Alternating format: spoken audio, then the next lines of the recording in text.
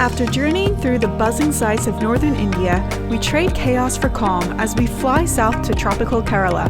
Our adventure begins in the capital city of Trivandrum, before heading to the laid-back seaside town of Varkala, where yoga, seafood, and golden sunsets set the perfect tone for a little rest and recharge.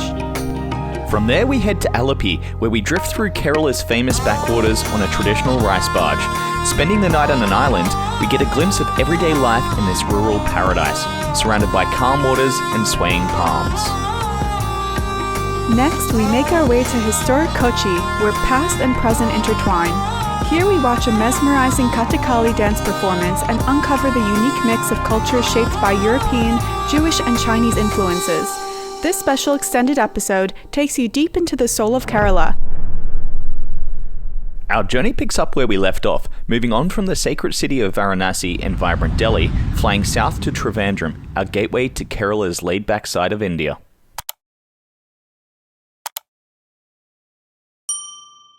Where are we going, Cheeky? Trivandrum. And we're about to start? The South Journey. Yeah. How many days? I think 16, I'm not sure. Moving trip. Let's do it.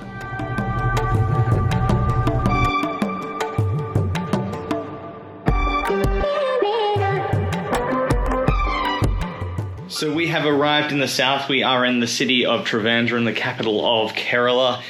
It's a world of difference. First of all, look at this room. This is amazing. We are still on the Intrepid trip, so if you've been following the videos, then up in the north, we're on an Intrepid budget trip.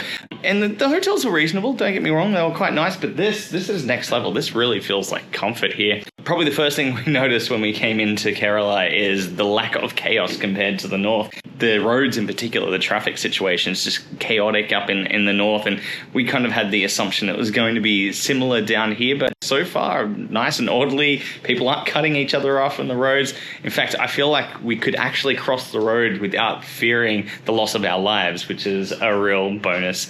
But so far, it's quite peaceful. I have actually been to Kerala before, so when I did my trip to India back in 2013, I did spend a couple of days in Kochi and also doing the backwaters of Kerala. So we'll get to see some of those parts of Kerala as well over the upcoming days and upcoming weeks when we're going to spend some time in the south. So I think we've got, is it just over 2 weeks, Miranda, here in the south? Yeah, so we've got, the Intrepid trip I think is 16 days, and then we spend 5 days extra in Goa. Cool. Yeah, so 3 weeks down in the south of India. So we're about to head out to the Lulu Mall now in Trivandrum, which is the largest mall apparently in India and the second largest in Asia, according to what we read. So we're going to go over there to the food court and get some scrumptious lunch. Let's do it.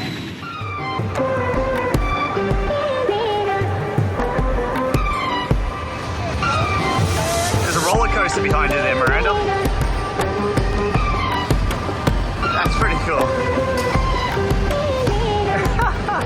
It's actually quite overwhelming just coming in here and just seeing how big everything is. Apparently up here at the food court, they've got seating for 2,500 people and pretty much any sort of food you can think of. This is pretty cool. What did you think of the mall, Shiki? It was quite impressive. Had all the modern conveniences plus more. Plus air conditioning, roller coaster, Bowling alleys, everything. IMAX cinema. Oh, it's absolutely insane. It's very, very cool. We're just making our way back to our hotel now, which is known as the South Park Hotel. As soon as I entered there, first thing I was like, oh, it's like the TV show. And they looked at me like blank stare, no idea. They just said, I don't understand. Yeah, no, what TV show, exactly. So I guess it's not a thing over here. So just got a tuk-tuk and we're heading back now, cruising through Trivandrum. Miranda's gonna pronounce the Indian name for Trivandrum. Not a chance. Okay. It is so long. Maybe we'll practice that one for an overdub. Okay, so our tuk-tuk driver, Jose, was over here and he gave us a little lesson, so hopefully I'll get it right. Thiruvananthapuram. Is that close, Jose? Yeah.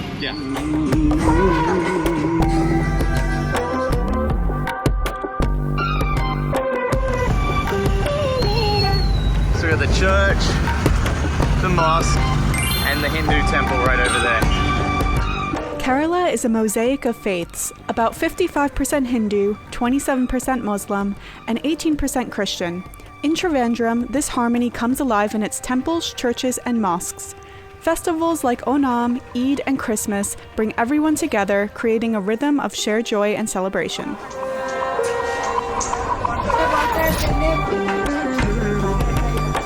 Alright, so this is the black tamarind for fish curry, and you keep it for one day in and ferments beautifully.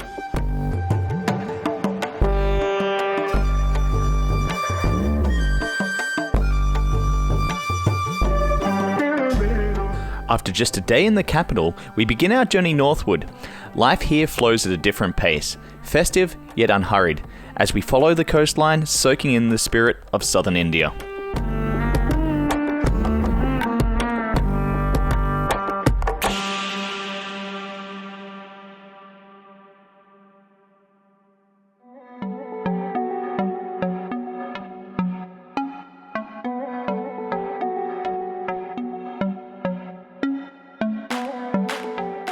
So we're entering into the Ajengo fort here in the south of Kerala. This is one of the very first forts of the British occupation, which was completed in 1695. So we're just going to have a little bit of a look around the fort itself. And then we're continuing our way down to Varkala, which is a beautiful beachside resort town that we're going to spend the next 2 nights in, relaxing. Looking forward to that after all the hustle and bustle of the north. So already the scenery's been so stunning. It's very, very similar to Sri Lanka. In fact, I feel like this area here feels much more like Sri Lanka than it does the north of India. Completely different culturally and completely different just scenery-wise. Very, very low-key and chill. And I feel like after 3 weeks in the north of India with all that hustle and bustle, it's just exactly what we need. This is stunning.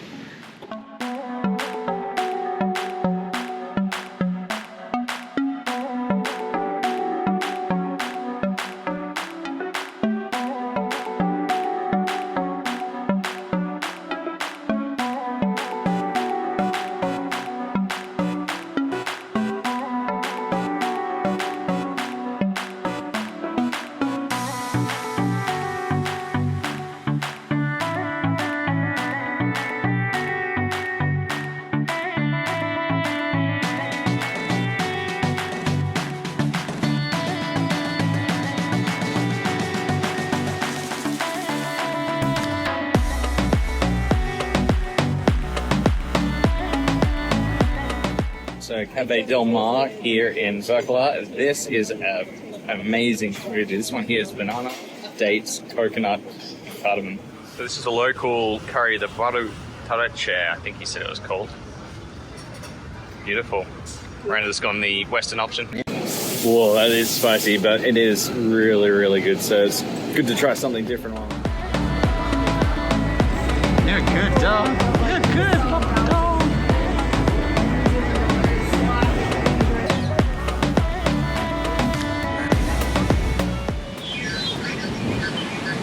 R2D2. So we're down here on the beach, and they've actually roped it off because we're in between the 2 monsoon seasons right now, and it's still pretty intense.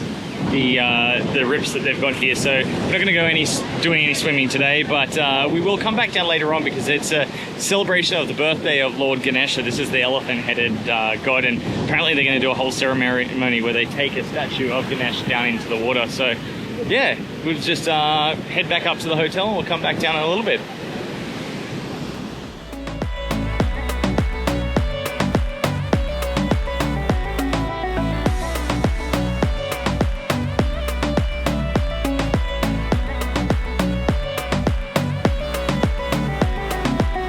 How is it, Cheeky?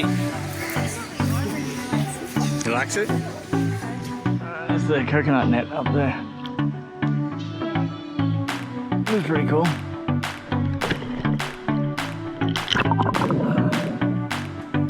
The pool's actually warmer than outside.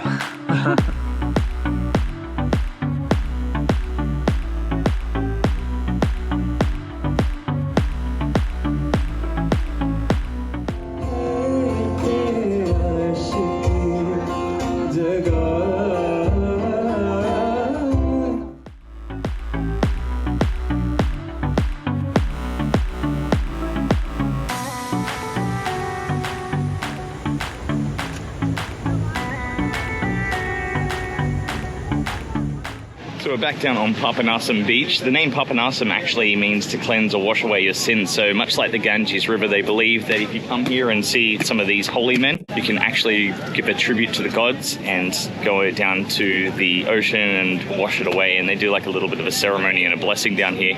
We came down here last night to see the celebration of the anniversary of the birth of Ganesh, but he didn't turn up for another 2 hours, so we missed out on that. Apparently they had a statue of Ganesh, or a big sort of representation of Ganesh that they took down to the beach and pretty much washed it away, which is kind of cool. We're going to go check out a really important Hindu temple now, very close to here.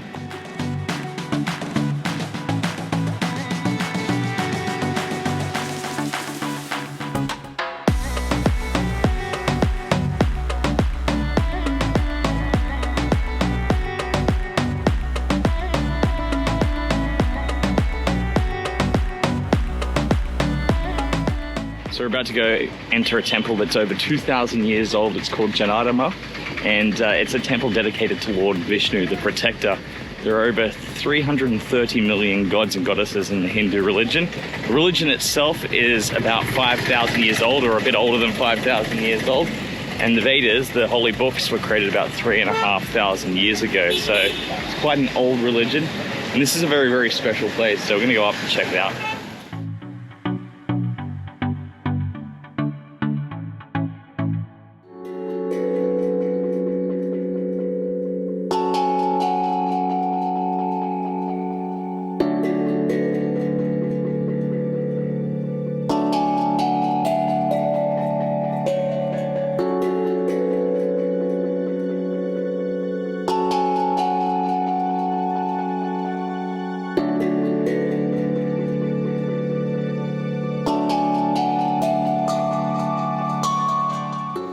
Few minutes you hear these fireworks going off, and it's apparently to cleanse your sins or to open yourself up for the prayer, so people can purchase fireworks here and set them off. What do you think of the temple, Cheeky? Yeah, it's pretty cool. Miranda's going to tell the story of how this temple became dedicated to Vishnu in the overdubs later on.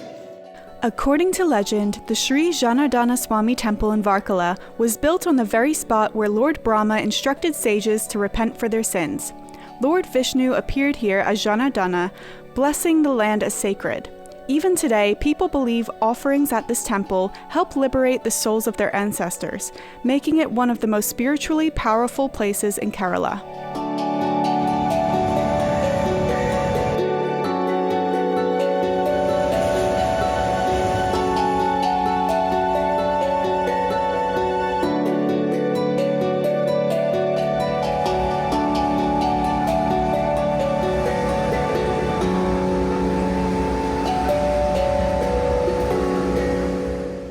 So we booked ourselves a yoga session, but we didn't realize how beautiful it would be. This is Black Beach, and we're at the Black Beach Resort.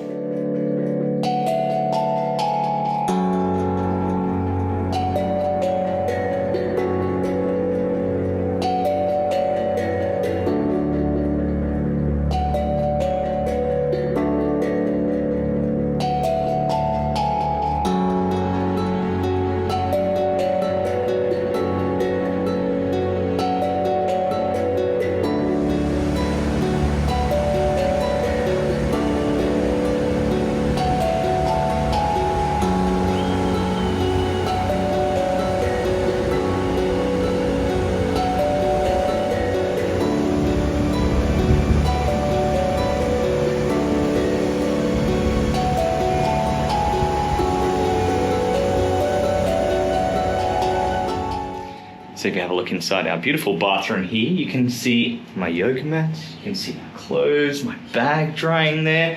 And that's because after I went for a swim, we pretty much all went for a swim because it downpoured on our way back. It was such a heavy torrential rain, and now everything is soaked. And we have to leave early in the morning. So we're trying our best to dry things off, but we'll see what happens. All right, Cheeky, what are we doing now? We're gonna get some seafood. A Mm. nice seafood place. Yeah, so we're going to be on the ocean edge on the cliffside. Actually, I think back down where we were before, which was the Black Beach. I'm going to go get some really good fresh seafood. Miranda's Let's exciting. do it. She's going to break her vegetarianism for this. I will. Yeah, it's all And it comes with chips and salad. All right, Chicky, you like pina coladas? Getting caught in the rain? She's also into yoga, but she doesn't like alcohol. It's pretty good. Well, it's mostly good for you. Alright, we've got the grilled tiger prawns there. Done with garlic butter, coriander, and chili. There's the tendery mahi mahi. You excited, Miranda? Oh, yeah. Let's do it. So we've got the tandoori mahi mahi right here with a little bit of cucumber raita. It melts. It's like butter. This is delicious. All right, what do you got there, Miranda? Got some tiger prawn, And it's done in. garlic butter. And I don't remember. it's chili and coriander. Garlic butter.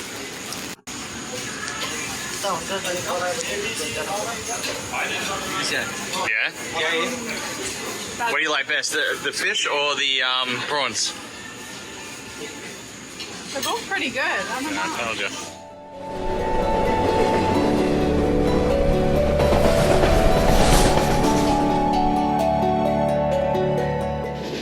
So we're currently on the train to Alleppey, and we're heading to Kerala Backwaters. So we're going to get on a houseboat, and later on we're going to commute to a little island homestay.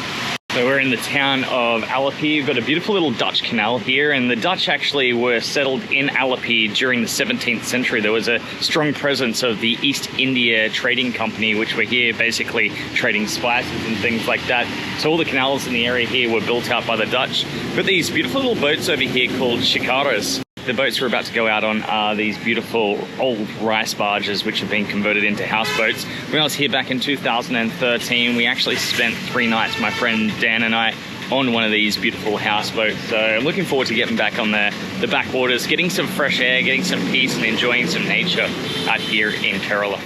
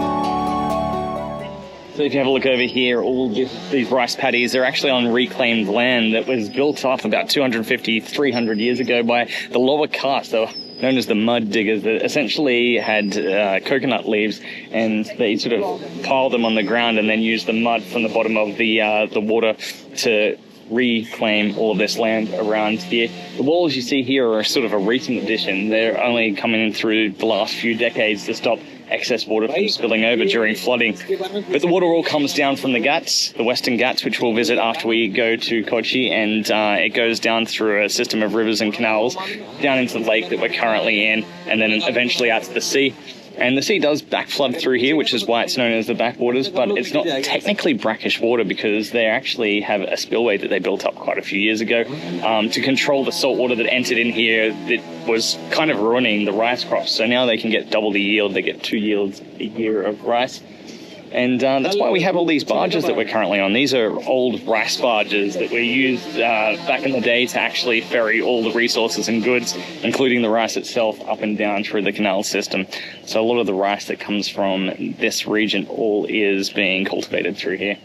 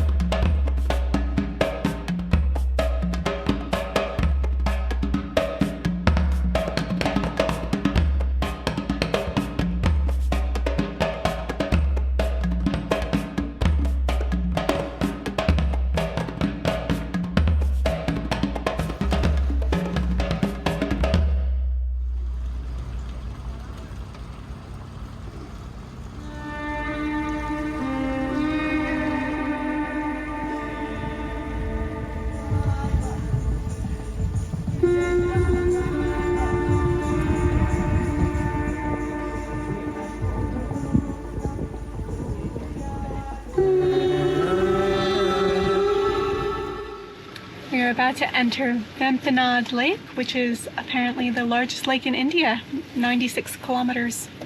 Goes all the way to Kochi.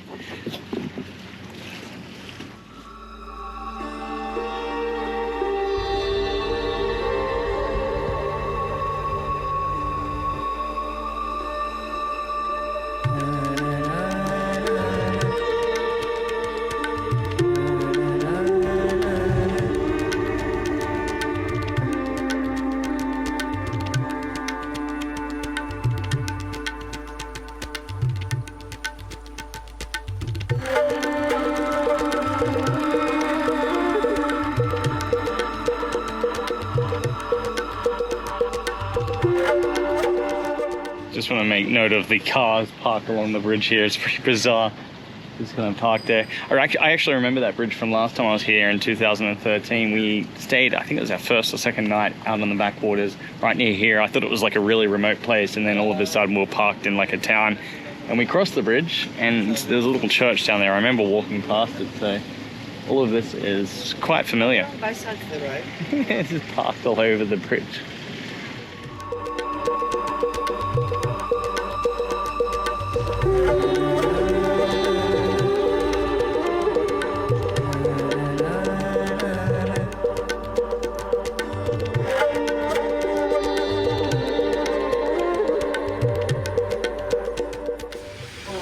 Ashar is going to tell us. Yeah. So this is called cabbage toran, which is like a chopped cabbage with grated coconut and spices. And this is the beans merukubarati. It's like fried beans with pieces of coconuts and spices. This is a mixed vegetable with grated coconut and spices, which is called avial. So in the Kerala cuisine, almost all the dishes we use coconut in different forms. All right. And this is dal. All right, and this is pineapple pachadi. So that will be like chopped pineapple along with the yogurt and spices and that. Like a relish. Yeah. So, so sambar, which is lentil and mixed vegetable, chicken curry with chicken. All right. Really? And Kerala style fish fry. Wow, nice. Which is the fish is called pearl sport, or we call it curry mean. Which is like a state fish of Kerala. Alright, it's very tasty, but be careful with the bones on. Okay? And that's, yeah, salad. Poppadums, yes.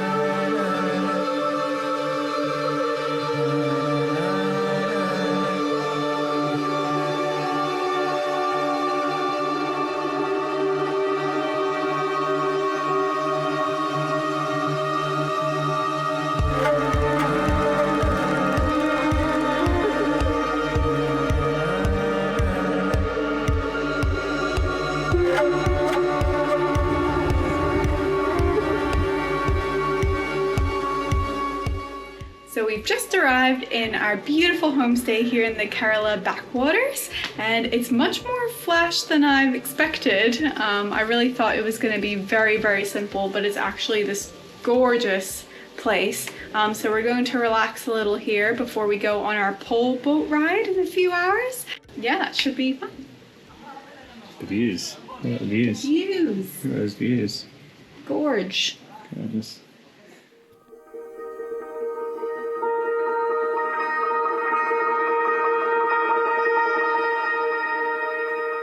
About to go for our walk, and we're coming back with this boat here.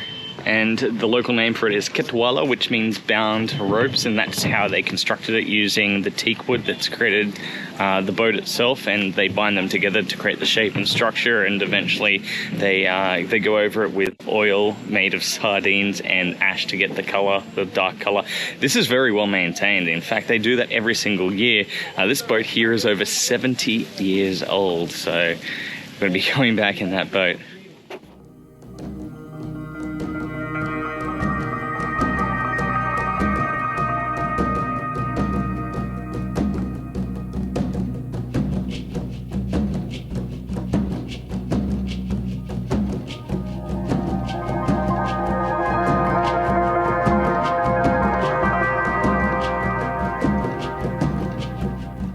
Right at the top of the palm there, we have the betel nut, which the villagers will climb up to get to, and on a separate plant they have the betel leaf, so they mix that with the betel nut and tobacco, and you'll see a lot of people in India chewing it, and it makes their mouth go bright red. It looks like they're kind of bleeding from their mouth, but the reason why they do it, Afsha was just saying, was that it actually cuts down the tobacco and slows the effect so it doesn't kick in right away.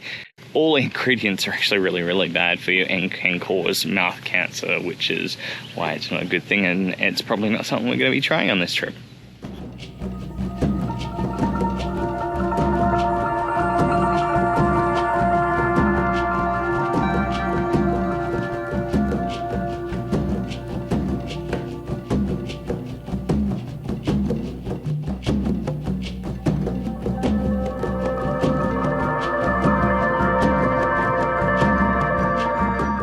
All these rice paddy fields out here are actually reclaimed land. I mentioned a little earlier that they were using the mud from the bottom of the river system and piling up the land to raise the land itself.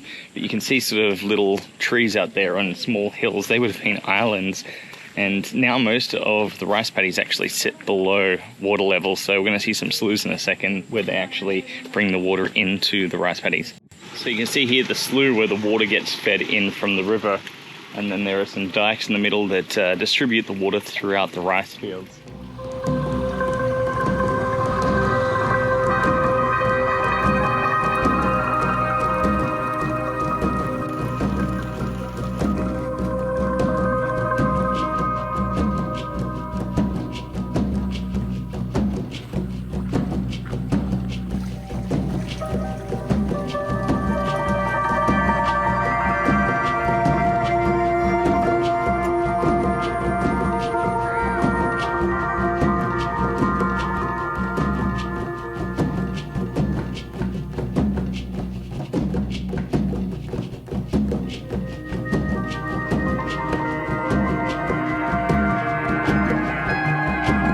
After exploring village life in the backwaters, we return to our homestay by Vanji, a traditional wooden canoe designed to glide through the narrow canals. Moving quietly through the water, it feels like time itself has slowed, giving us one last moment to breathe in the peace of the backwaters.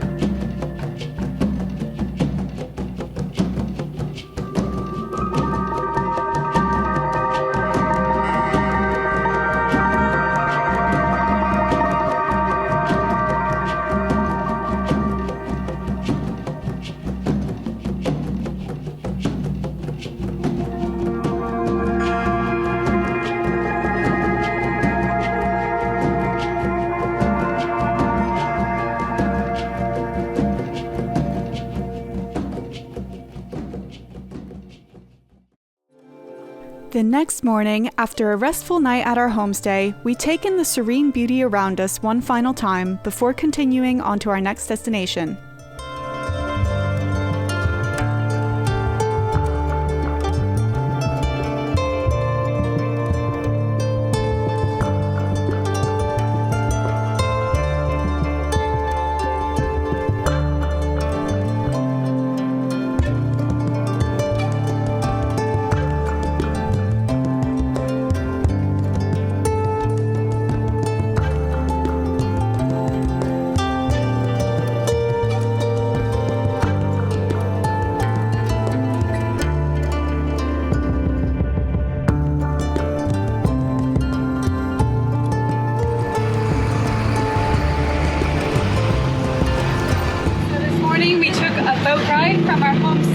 Alleppey, and from Alleppey we took a local bus, which we're on now, to head to Kochi.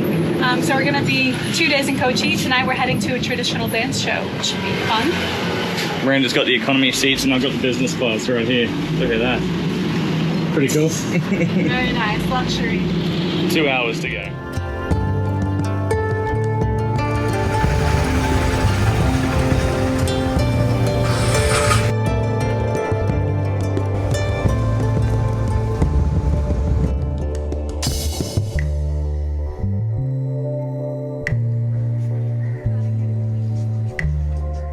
We're here at Fort Kochi in the city of Kochi in Kerala, and we're just exploring the old fort here, which was established initially by the Portuguese, later the Dutch, and then later the English. So there's quite an interesting history here with the spice trades going on between Europe and India. Beautiful to look at some of these old colonial buildings as well.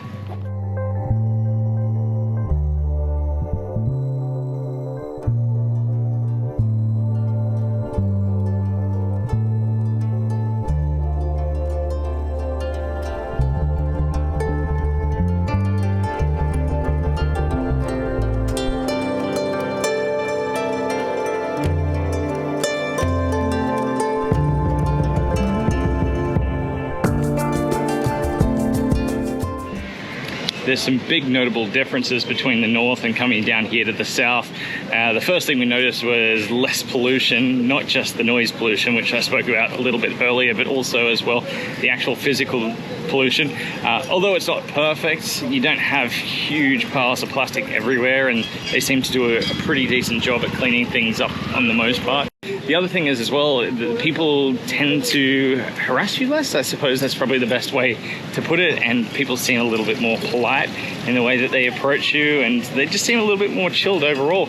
I was talking to our guide Afshar about this, and he's saying it's got a lot to do with education, and the literacy rate here in Kerala is the highest in all of India. He said at one point it was 100%. Education is key, you know, and also I'd say population density does help out as well, considering it seems to be less densely populated down here than up in the north, but it is a refreshing difference, that's for sure.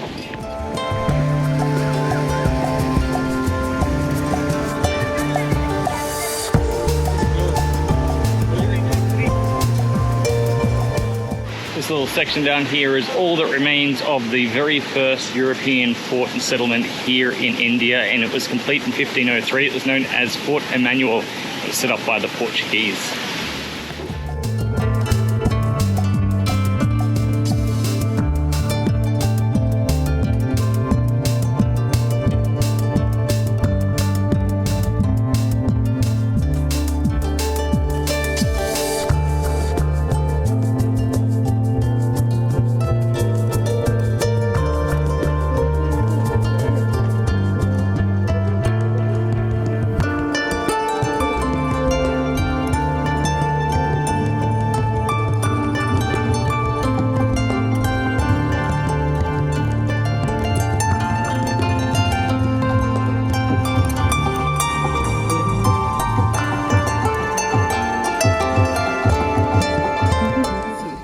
Have been changing black color. Before the performance, all actors, the seed, leave it inside the ice. Just 2 minutes wait, ice red color. Play finish taking seed outside. With the face white paste then filling the paper. That is rice paste. Kathakali training is minimum course 6 years. Acting 6 years. Drumming 6 years. Singer 6 years. Makeup 4th year. I have studied institute in Kerala Kalamangalam in Thrissur, 100 kilometers away. Kerala's first institute. Green color is very good character. Yellow is female characters. Red is cruel character. Black is demoness. Last one is green, but different. Green and red. Center is red color touching. That is half good, half bad. Sandy hero character is a villain character. Kathakali total 101 stories, long story. 6 hours, 9 hours, one story. In here, just one part in here play. You understanding what is Kathakali?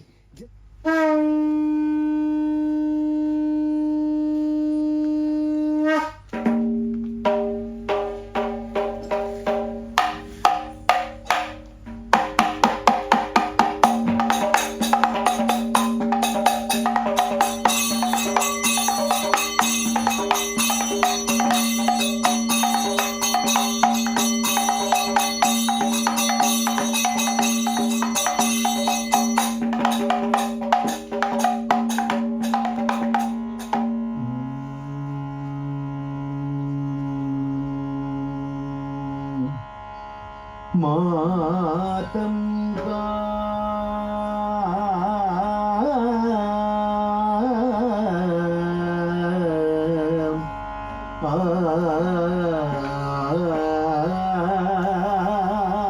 आननम अब्जवासरमणि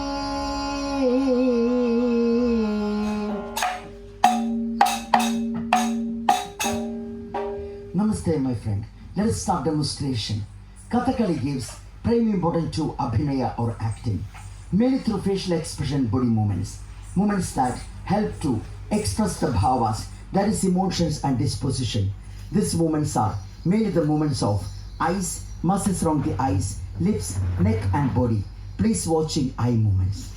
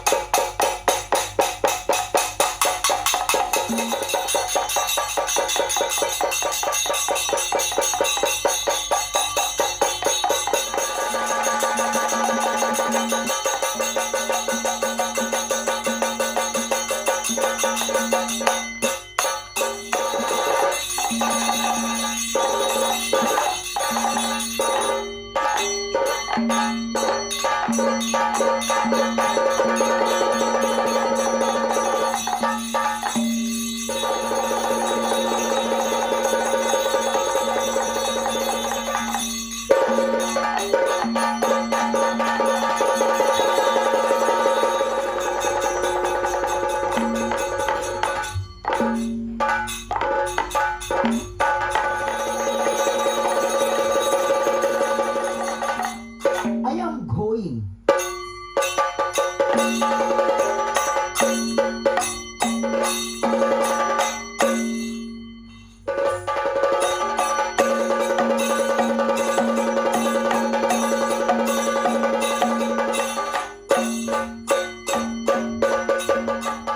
To show the importance of expressive acting Kathakali, you can see how one way is expressing different bhavas or disposition.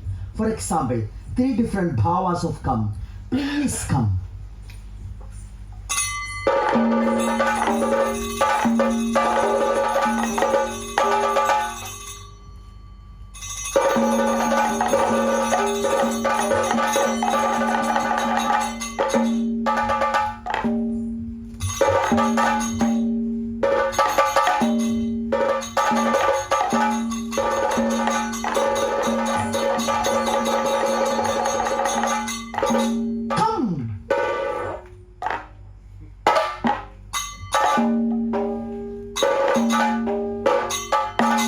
Come here.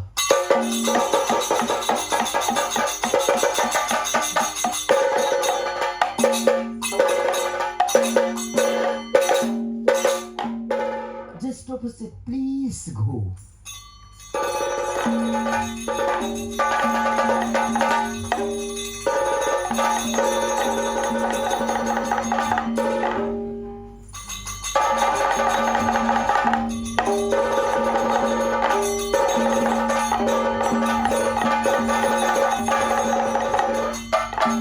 Go.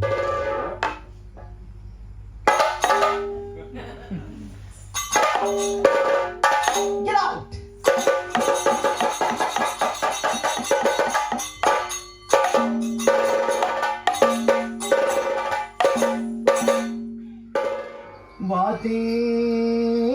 वातेन वत्सलत एव किलोपनीतम्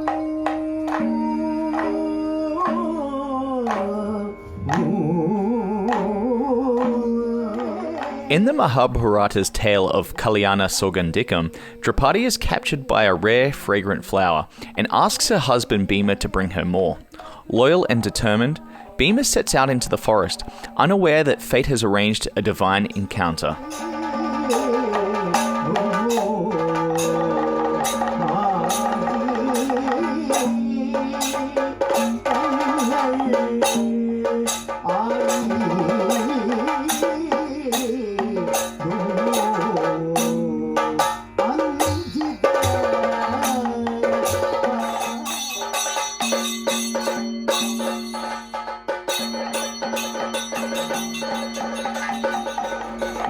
Deep in meditation is Hanuman, the monkey god, and Bhima's elder brother, who decides to test Bhima's strength and humility. Disguised as an old monkey blocking the path, Hanuman refuses to move. When Bhima tries to shove him aside with all his might, he realizes that this is no ordinary creature.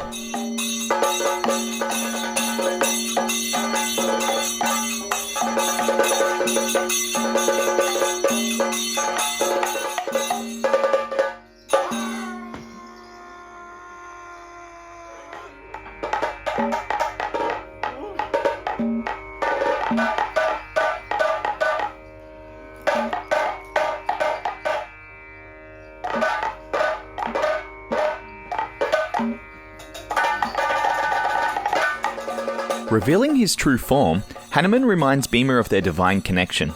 He blesses him with strength for the battles ahead, vowing to protect the Pandavas against the Kauravas by resting on their war flags as a symbol of victory.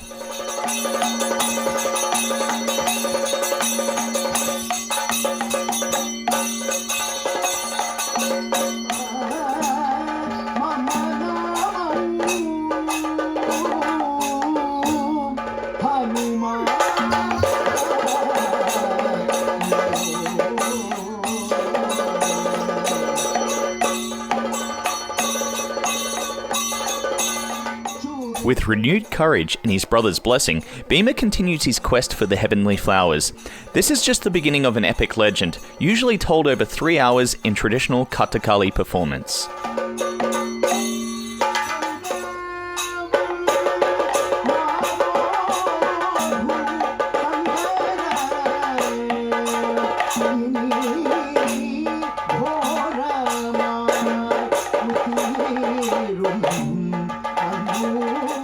So what did you think of the Kathakali show? I thought it was really cool. I loved the costumes and the makeup and all the facial expressions. It's different from what we're expecting because we're expecting another like dance show like we had seen recently, and it was basically a full-on Hindu play. It was all told through kind of like sign language and facial expressions. And music as well, so like there was no actual dialogue. Although they did give us a bit of a transcript of the story, and it was a bit of a bizarre story, you know. It was. It was about this guy, Bhima, who wanted to retrieve a beautiful flower for his wife.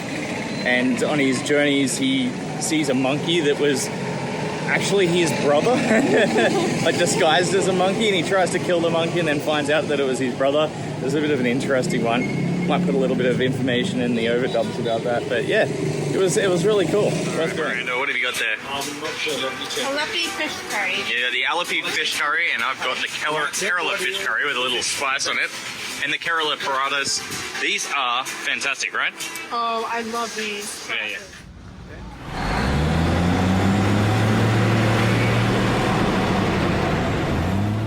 Okay, so we're doing a bit of a walking tour around Fort Kochi and already learning a wealth of information. I mentioned yesterday that the Portuguese were the first Europeans to settle here in the 1500s. In fact, this was not only the first European settlement in India, but the first European settlement in all of Asia. The Portuguese were not the first foreigners to settle the Cochin area. In fact, the name Cochin actually means China, so it was the Chinese that came here as the port of the Chinese. Cochin, Chin was in China. Not long after the Chinese, we also had here the Moors that came in from the Arabian region, so it has a long history. And then, of course, the Portuguese. When they came here, they noticed this natural harbour that had been formed by the Periyar River. It was only actually in the 1300s it was formed, so only a couple of centuries prior. And the land itself wasn't very stable, so what they actually did is they brought these big giant trees in. Some of these are only second and third generation, so really these trees here are about 300 years old, really interesting.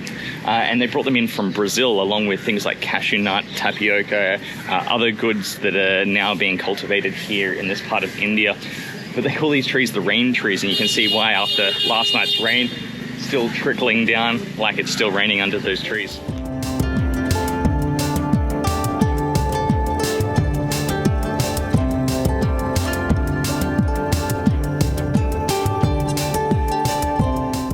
So we're about to enter the site of the first Catholic church here in Kerala. It was built in 1503 during the time of the Portuguese arrival. It was originally a wooden church, but it had been renovated several times during the times of the Dutch and later on the English, which actually they both turned into Protestant and Anglican churches. It was actually only after the Revolution, when the independence of India came through, that the Catholics reclaimed this as a Catholic church, and it is now belonging to CSI, Church of South India, and they run sermons here on the weekends in both English and Malayalam, which is the local language here in Kerala.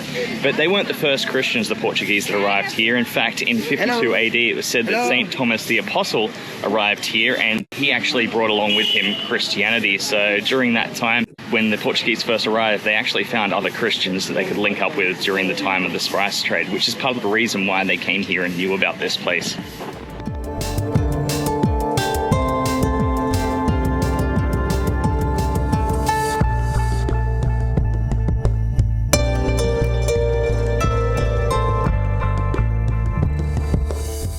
So this is the tomb of Vasco da Gama, which was the Portuguese viceroy to India. His original tomb was buried here, but later his son actually came and moved him. But this is originally where he was buried.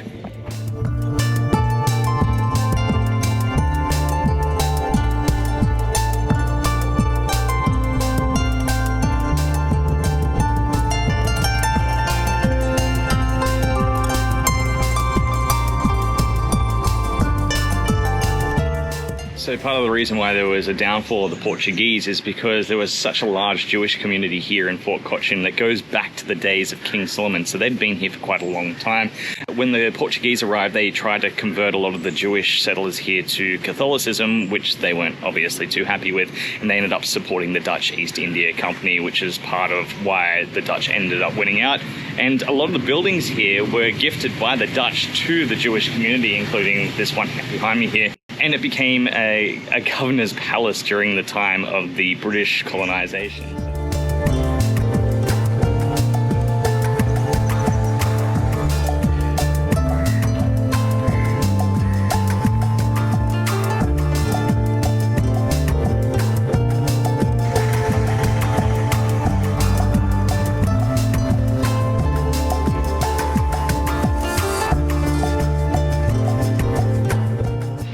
Catholic church behind me here was built in 1505, and in the 1550s it was actually given status as a basilica. And when the Dutch arrived here, they actually turned it into an armory and got rid of a lot of the Catholic symbolism and structures and statues, things like that. When the British arrived, they invited Catholics from Goa to come down and, turn this back into a beautiful basilica. So it's all redone in the Baroque style of the time. And also you can see some Hindu influences there as well in the art and the architecture.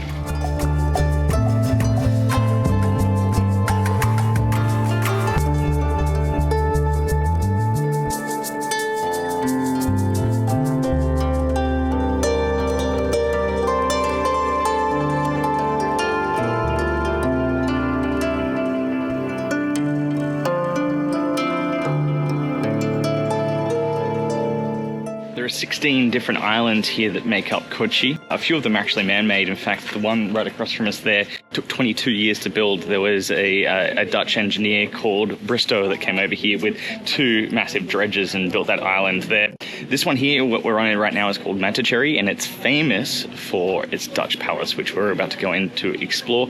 Also contains 3 Hindu temples inside, which we can't enter. In fact, as tourists, we can only enter Hindu temples that are dedicated to Lord Krishna here in Kerala. It's a rule in Kerala. We're going to go in and check out the palace, which is now, I believe, a museum.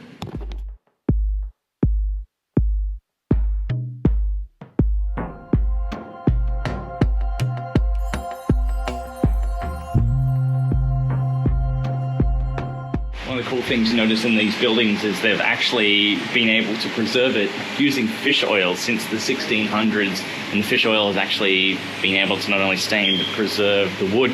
And this building, or this room in particular, you can see there's brass cups up there. This would have been the dining room, and it would have allowed to distribute and let in more light, so to keep the room nice and bright with those brass cups up there. It's quite fascinating.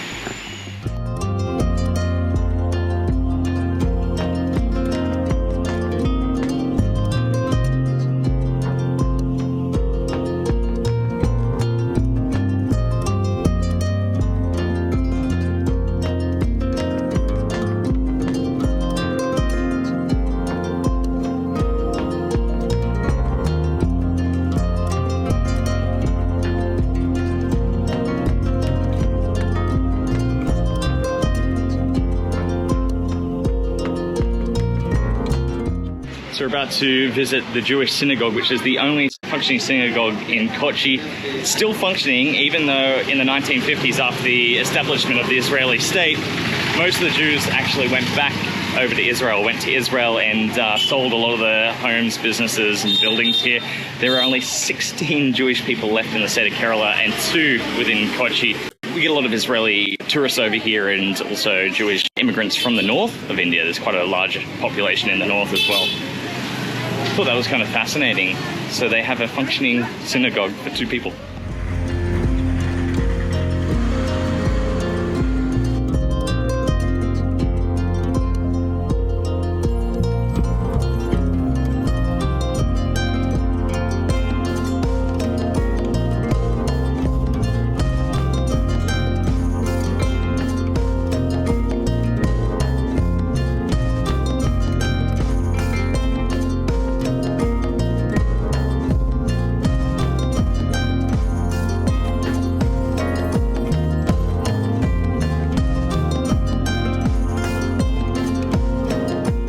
So most of the Jews that lived here in this area were Sephardic Jews that came during the time of the Portuguese arrival due to the fact that they were being expelled from Spain and Portugal.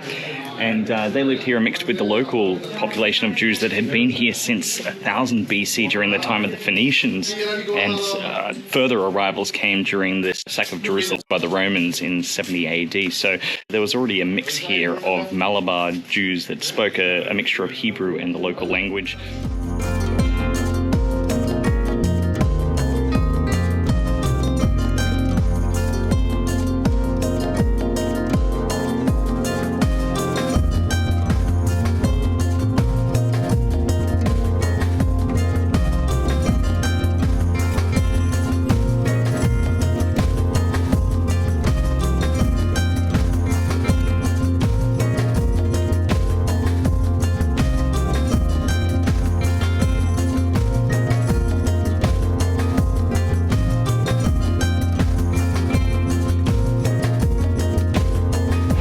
What do you think so far, Shiki? It's pretty cool. Pretty cool. Learning a lot about the history of the area. Exactly.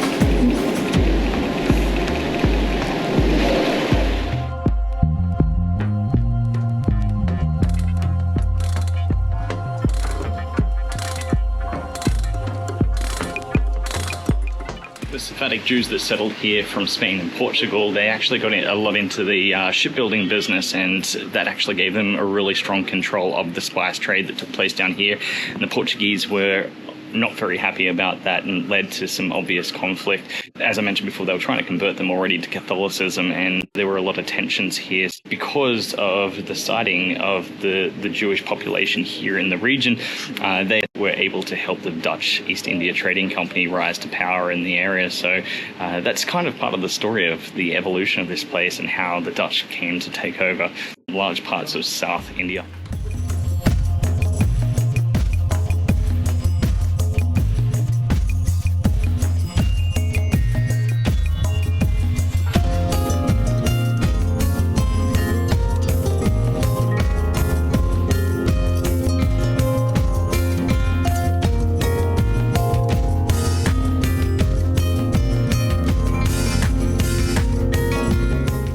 So this is the local beef fry with the Kerala paratha. See how it goes.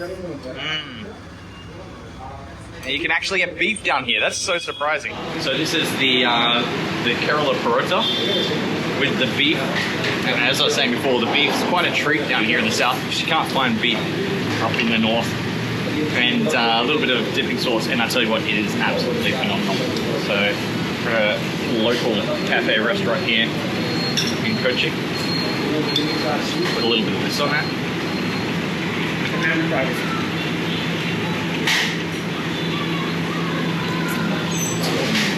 Really. Alright, so we've got some treats here, right? Yeah. Ground nut chickies. What's it called? This one's the groundnut chicken. Oh, right. So that one there, that looks like a Bombay mix or something. We good? It's interesting. I don't know what it is. I think it's like Bombay mix. Ready? You know? Let's go. Good? That That one's really good. Oh, cashew nut.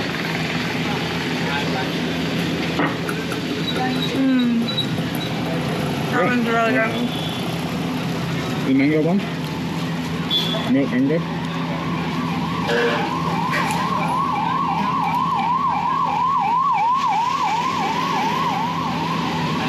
Lucky last, the date. Favorites. What's your All favorite? really good.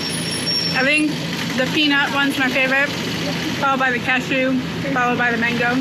I'm cashew the mango. I haven't tried the date yet. Oh, the date one's good. I like this one.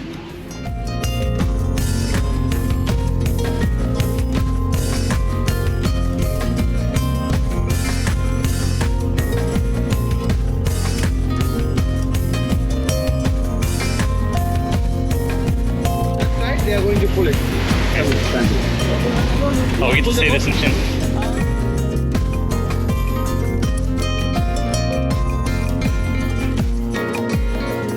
Good job, babe. Look at that. All on my own. Without the help of the machine, right? So this is the Chinese fishing nets in action.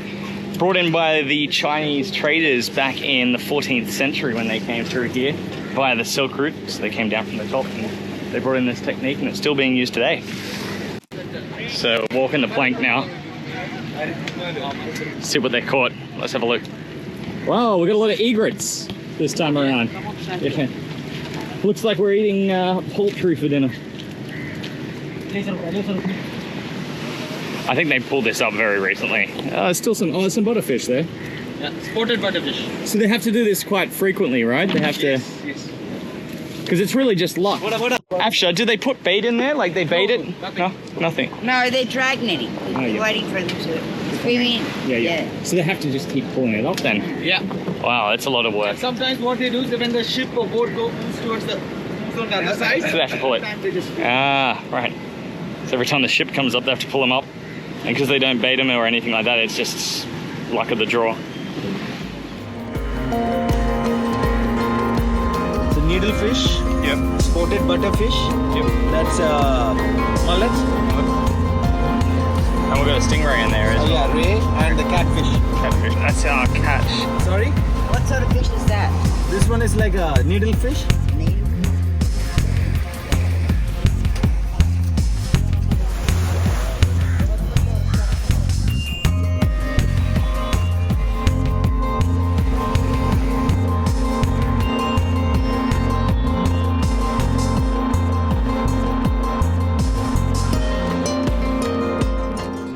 So that's a pretty good deal we just got there. We got some handmade incense, and there was 27 of them. We paid $200, so it's like less than $5 US. I think that's pretty cool. Around about, no, less than.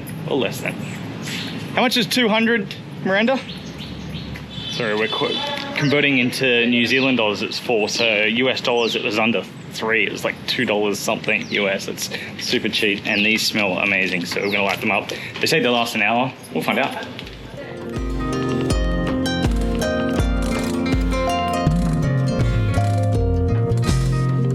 So Miranda, first of all, what do we got here? This is the Kerala special dish. What is it? Yes, we've got fish and banana leaf. And what type?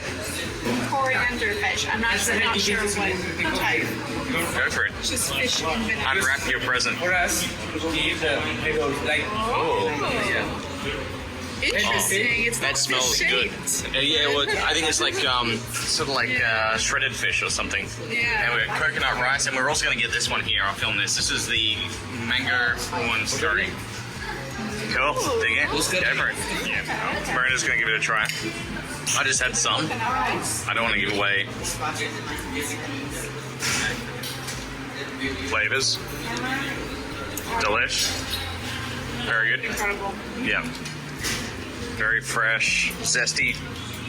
Oh, yum. Big chunks of fish too. Prawns, the mango prawns also really delicious. Miranda and I were just saying this is some of the best food we've had in all of India. It is really, really good stuff. So good.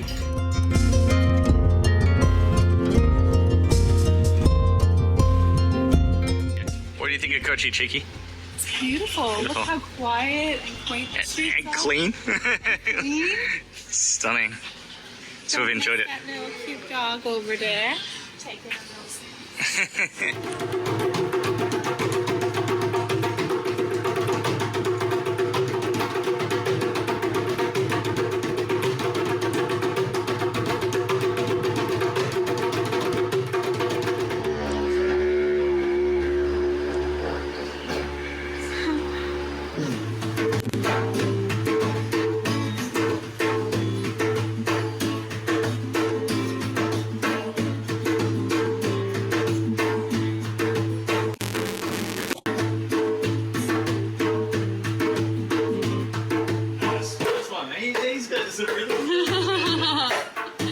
Okay, so we've done a little splurging. What was his name, the kid? Terran?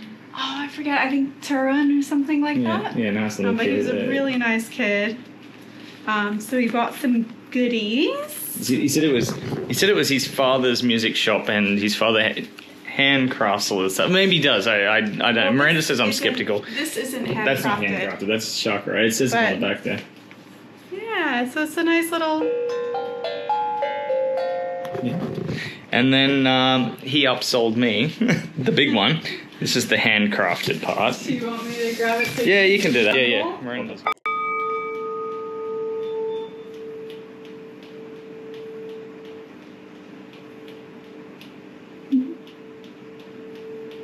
There it is.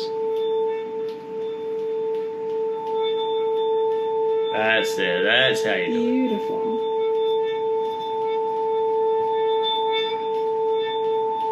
It's kind of peaceful. I like it. It is.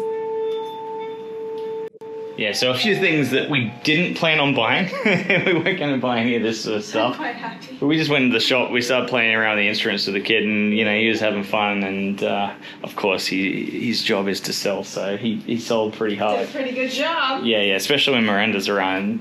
She's not a hard sell. As long as it's blue and it's colourful, she's happy.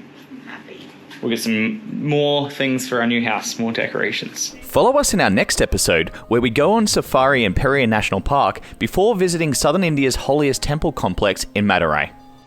Hey guys, just a quick message. We really hope you enjoyed this video. If there's anyone you think would enjoy our videos, please share and help us grow global travel stories. We thank you for your support.